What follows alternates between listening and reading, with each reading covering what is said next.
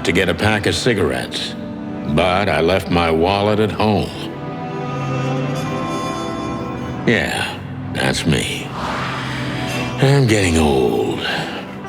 My name is Sonny Featherland, an investigator for 20 years, and once the star of the predatory division of the Clawville Police Department, one half of the legendary Chicken Police.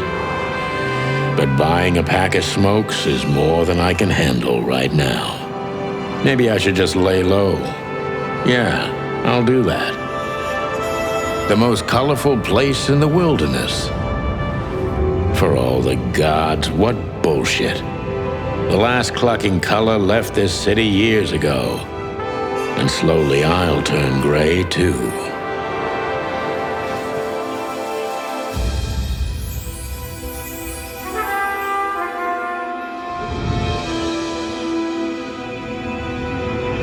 Still, what do I expect? We're living in a vast experiment, and don't even notice that everything got clucked up a long time ago. We believe in this wonderland of peaceful coexistence. Wolves and sheep, chickens and hounds. Yeah, sure, why not? It's just ridiculous. The dog eats the chicken.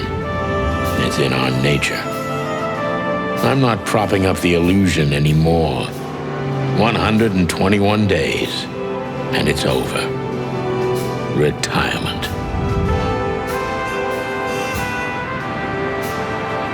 What could possibly go wrong?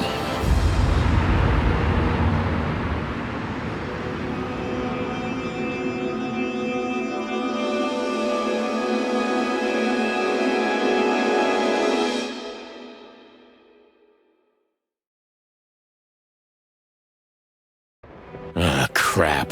My office lock is a piece of shit if a dame can pick it. She stood in the darkness. The light painted stripes on her body. It whispered secret little things that were never there in the first place. But she was no zebra. Reality was just a light switch away. Elizabeth or Charlotte? I was sure she'd have a sophisticated-sounding name. She had a bygone look in her eyes, older than this ancient building, and perhaps the whole city itself. Or maybe I'm just drunk. But she was the first womanly thing in my place for a long time, so I had to give her a chance.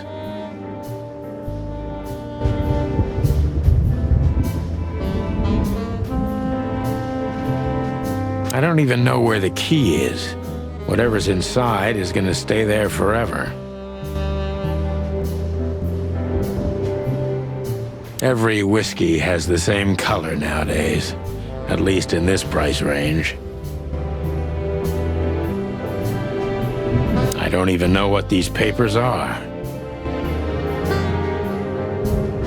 I promised myself I'd write a novel one day.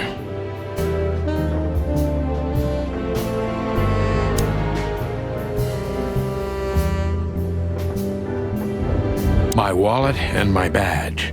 The wallet is real, the badge ain't. Chief Bloodboil took mine, so I got this one out of a pack of cornflakes, just in case.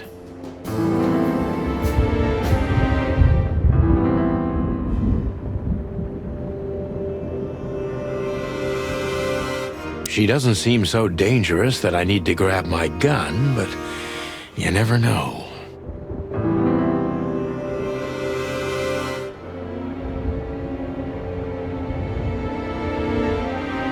My last cigarette. You're lucky I don't have a light, pal.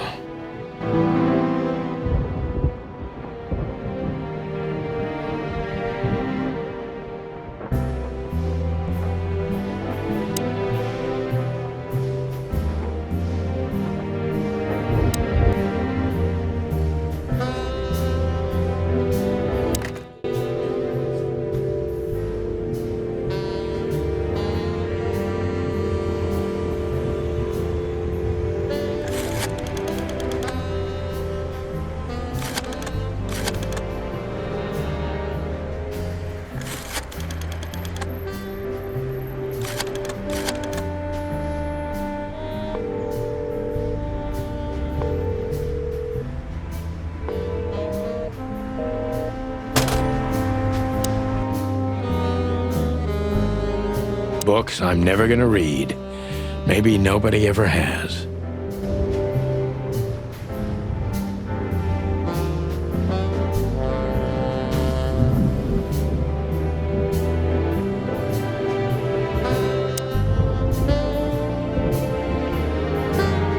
This is one of the most beautiful memories from my old life, before Molly left me and took our daughter.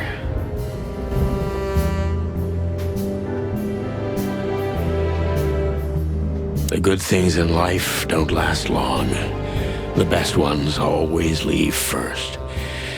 I saw that in the window of a shoe store. I never understood it, or what it had to do with shoes.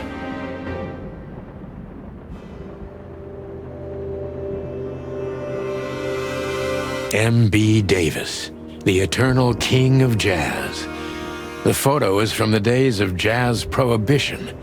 I only heard the old man live one time, but I'll never forget that night. And not only because I woke up at the harbor without my gun, my badge, and my pants. We used to be star cops a few years ago. Tabloid press, radio interviews, and even a book series. I don't miss those days. Of course, Marty, my old partner, would disagree. He just loved the spotlight. The Wild Gentlemen.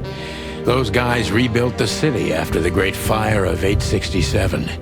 My heroes when I was a little chick.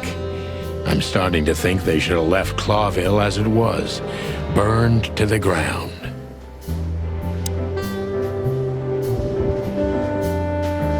I don't see colors anymore, only emptiness. Everything faded. I need another drink. Murky brown swill. I should improve my standards.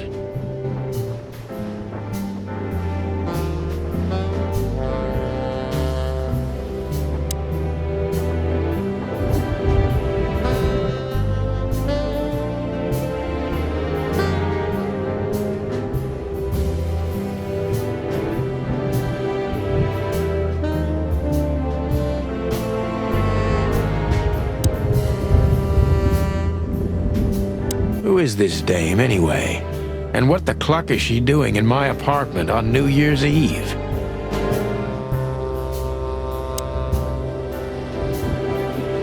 Let me introduce myself. My name is Deborah, Miss Deborah Ibanez.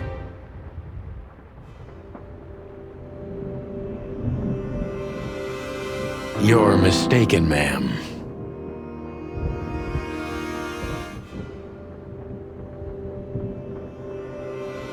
Oh, really? Please enlighten me, Mr. Featherland.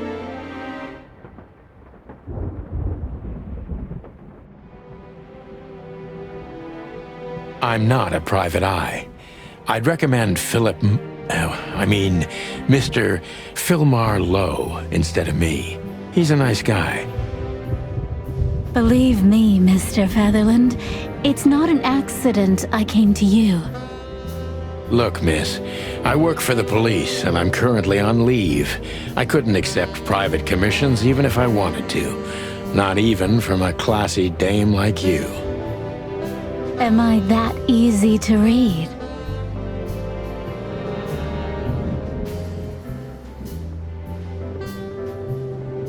That's my job.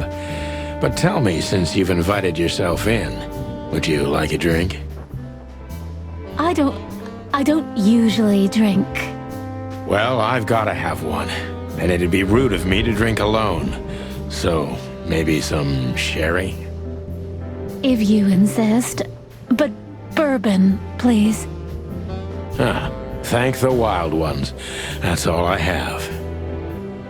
What a coincidence. So come on, spill it from the beginning.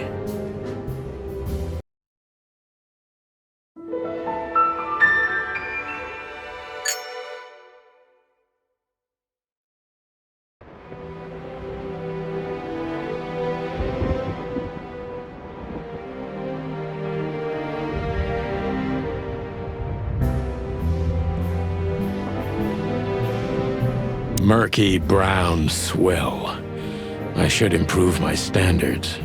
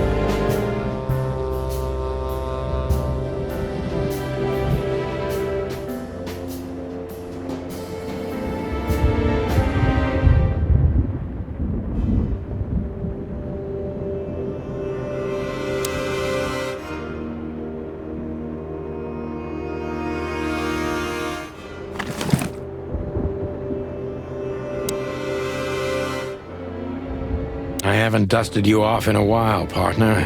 Looks like I may be needing you now.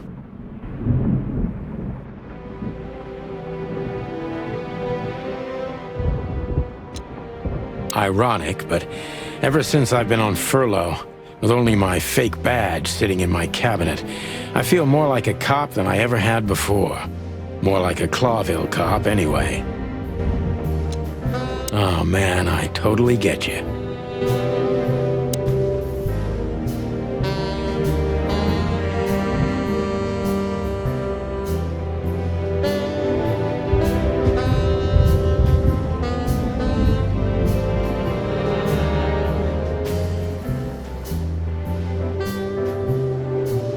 I wanted to travel the world when I was a kid, but I think I'm gonna end up dead in here whether I like it or not.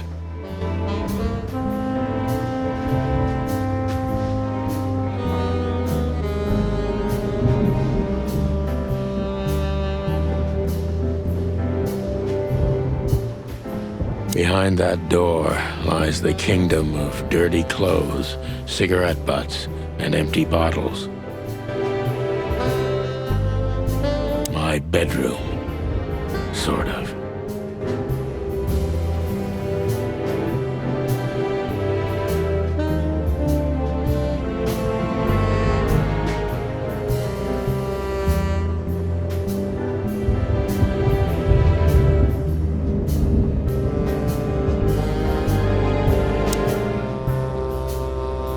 Nothing interesting in there, but if there is, it'll remain hidden for all eternity.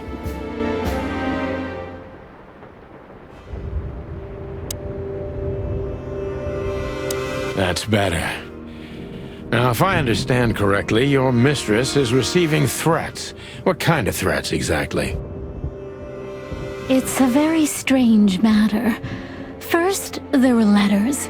Then it came printed on a wine bottle's label, sent as a gift. Then carved into a brick, thrown through the window. And finally, they painted it on the wall of the house in giant red letters.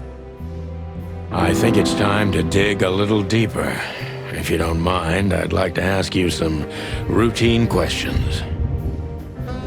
Please, that's why I'm here.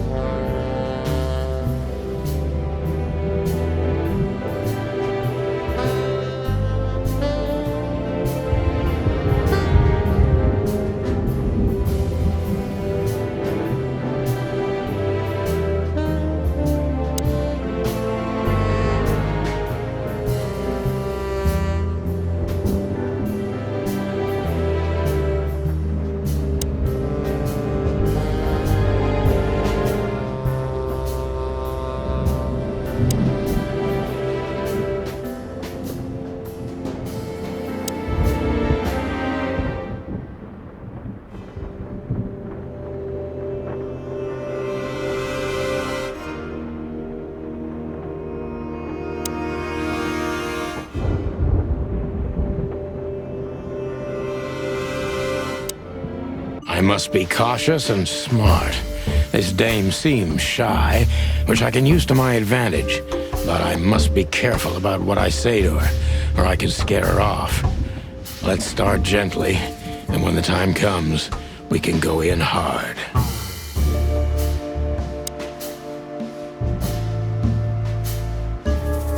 Who exactly are you, ma'am? I'm not somebody important, Mr. Featherland. You're important enough to deal with such a delicate matter, right? I carry out the wishes of my employer, nothing more. This means simple paperwork, most of the time. You've been thrown into deep water, sweetheart. Tell me, can you even swim? Believe me, this is just as unpleasant for me as it is for you, if not even more.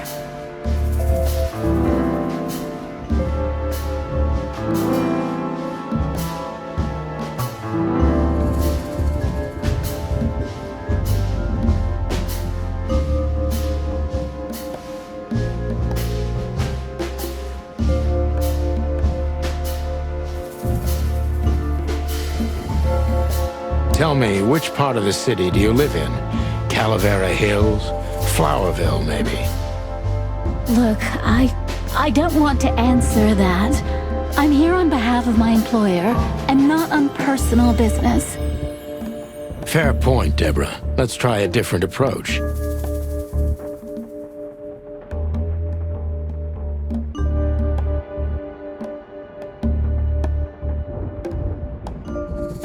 Why did you have to visit me this particular evening? I have my reasons. I may look like a silly little fawn, and maybe I am, but I still have common sense. I don't doubt that for a second, Miss Ibanez. This day is essential to my mistress, and she thought it's also important to you. A message in itself, for sure. But to be honest, even you are. You know what? I'll just take that as a compliment, even if it wasn't meant as such.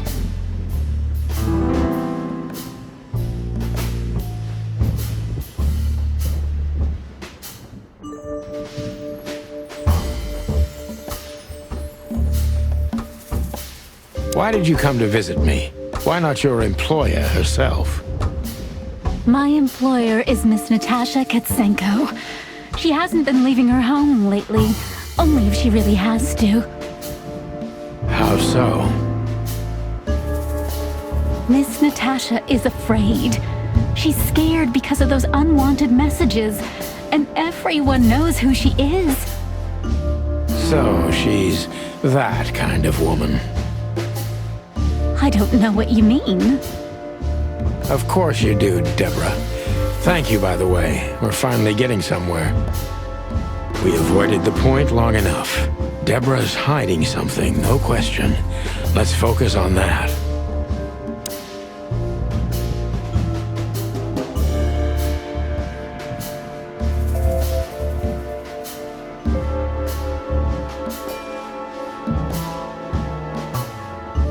What exactly did you expect by coming here to meet me? I expected your help, just like my mistress said. Well, that's very nice. But have you seen this neighborhood? Have you seen this wreck called a hotel? Who were you hoping to find in a place like this? Someone reliable. Well, I am reliable. And discreet. That's right. And thorough. No question about that. And has a heart of gold. Okay, let's stop it right there.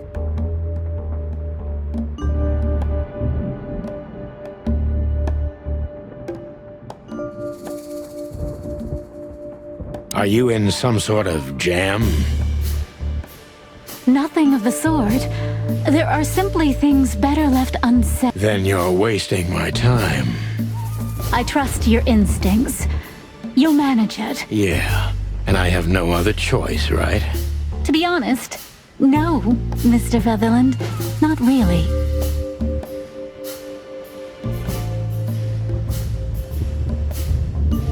Don't you think this whole thing is a little suspicious? Look, Santino, I'll explain everything. I have no doubt about that. You look just the type, sweetheart. No offense. I'll take that as a compliment.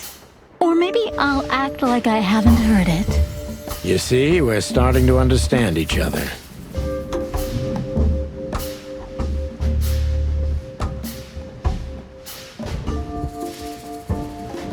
Tell me, Deborah, why should I believe you at all? Because my mistress trusts you. Should that be enough? If you really like what she thinks you are, then yes. Damn, what can I say to that? Look, I didn't mean to back you up against the wall. You have a way with words, sweetheart. Did you ever want to be a cop? No, not for the world. Heh, smart answer. Be honest and tell me what you're so afraid of. You know, Mr. Featherland, my mistress's partner is Hobart Wessler. Or as most people know him, Ibn Wessler, the Kingpin. exactly. Feathery gods help me. So you get it now. The secret... To put it mildly, I think I understand it all. Wessler. This little piece of the puzzle changes everything.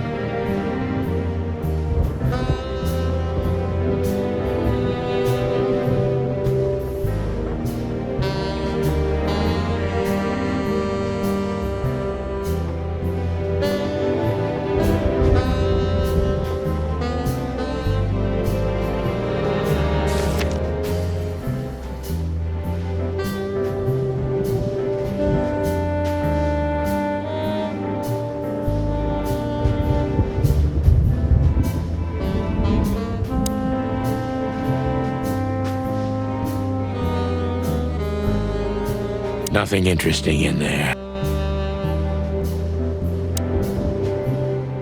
Why don't you take it to the police? Just go there and file a report. Photos, flashing lights, fingerprints, you know the drill.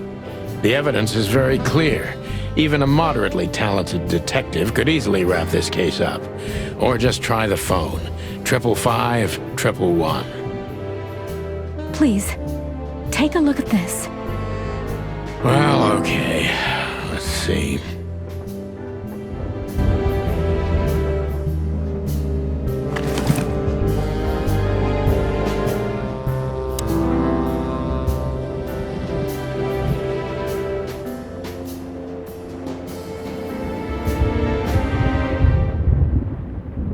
I know Molly very well. Please note this when deciding whether or not to accept my assignment. Miss Ibanez is a trusted friend. Treat her as gentleman. N. I felt like I'd been hit on the back of my head with a blackjack. Reality tilted. Molly. Good gods. What was her name doing there? I glanced at the opposite wall with the well-worn picture frames. Like an eternally dark hole in the wall. A missing piece. She was wearing a light silk dress and singing a lullaby. The waves caressing her beautiful long legs. Why Molly? Why now? Mr. Featherland?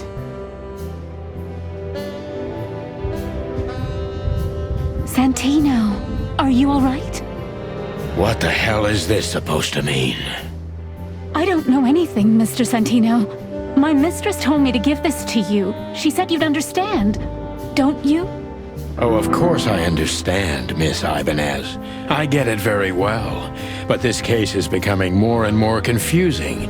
It's starting to look like blackmail. Blackmail? Don't play innocent with me. but All right. When can I visit? visit me? Not you, Miss Katsenko. Oh, yes. You can find her at the Tsar Club. Didn't you tell me she's not the social kind?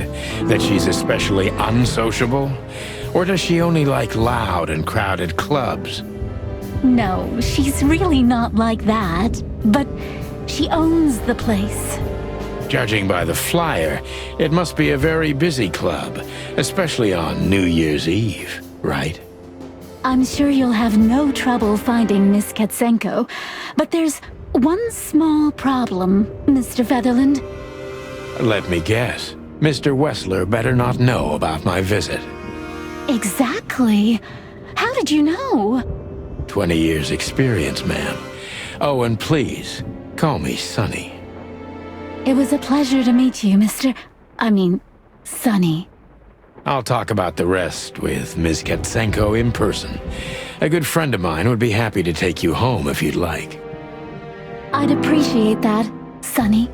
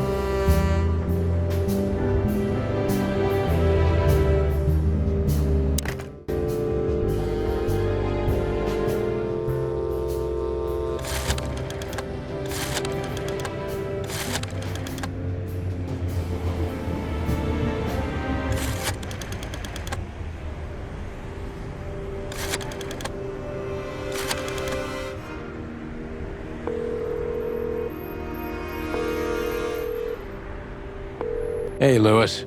Am I bothering you? No. Of course not, Sonny. Old friend, what's up? Could you come over? I've got a favor to ask if you're not busy. For you, anything. Just a minute.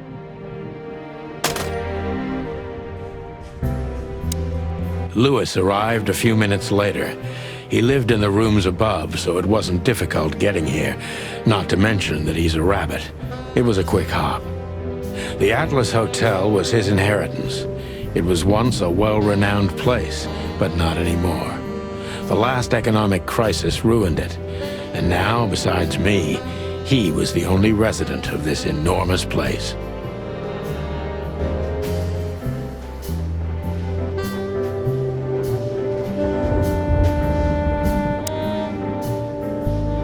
The good old rabbit.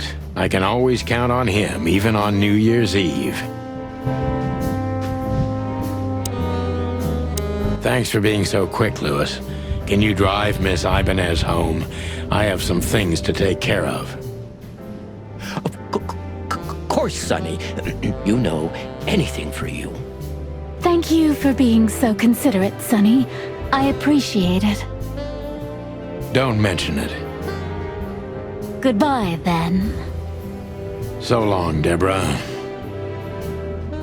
Before I visit the club, I have to take a detour.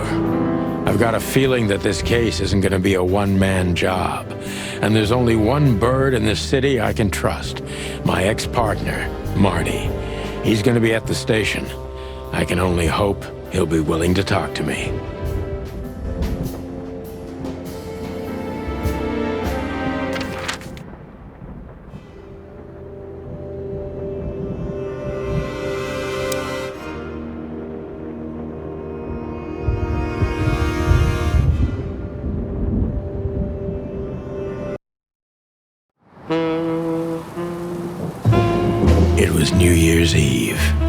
and I was driving, half drunk, risking my whole life's work.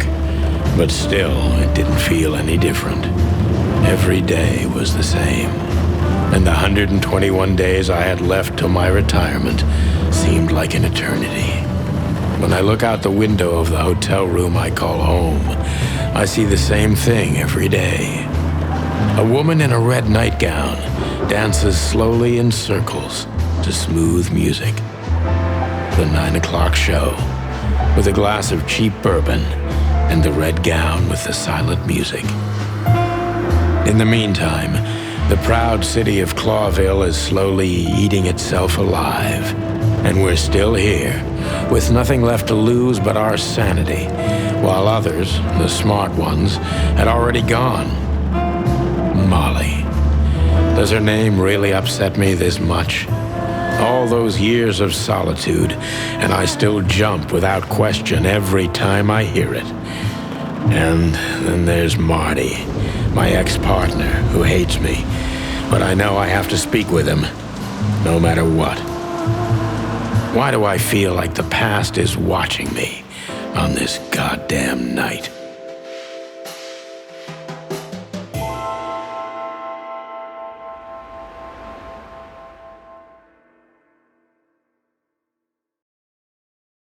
I knew where to find Marty. At the station, we'd always draw straws about holiday duty. Marty never joined in. He always took the New Year's Eve shift, even though he had someone to go home to. I understood. 10 years ago, we survived the night the press called the Bloody New Year. Forgotten by Clawville, but not by us. We both left parts of ourselves behind that night.